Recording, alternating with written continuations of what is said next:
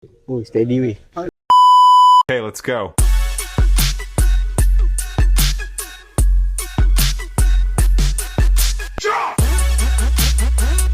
Kalau tadi kita duduk dekat luar, sekarang kita dah masuk dalam Hover Raptor. Kita nak turun tangga dan dia terus tunjuk dekat kamera tu bahagian bawah kenderaan. So korang boleh nampak apa obstacle kalau ada. Kita naik pula bukit yang curam ni.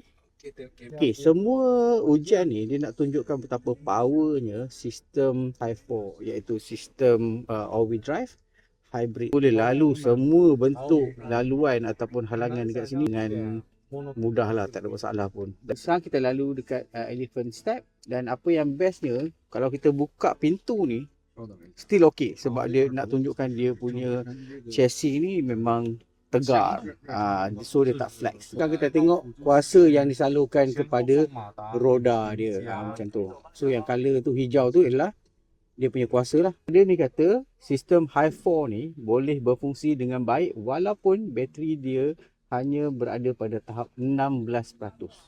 So korang tak risaulah kalau bateri low, sistem all-wheel drive ni masih boleh digunakan dengan baik.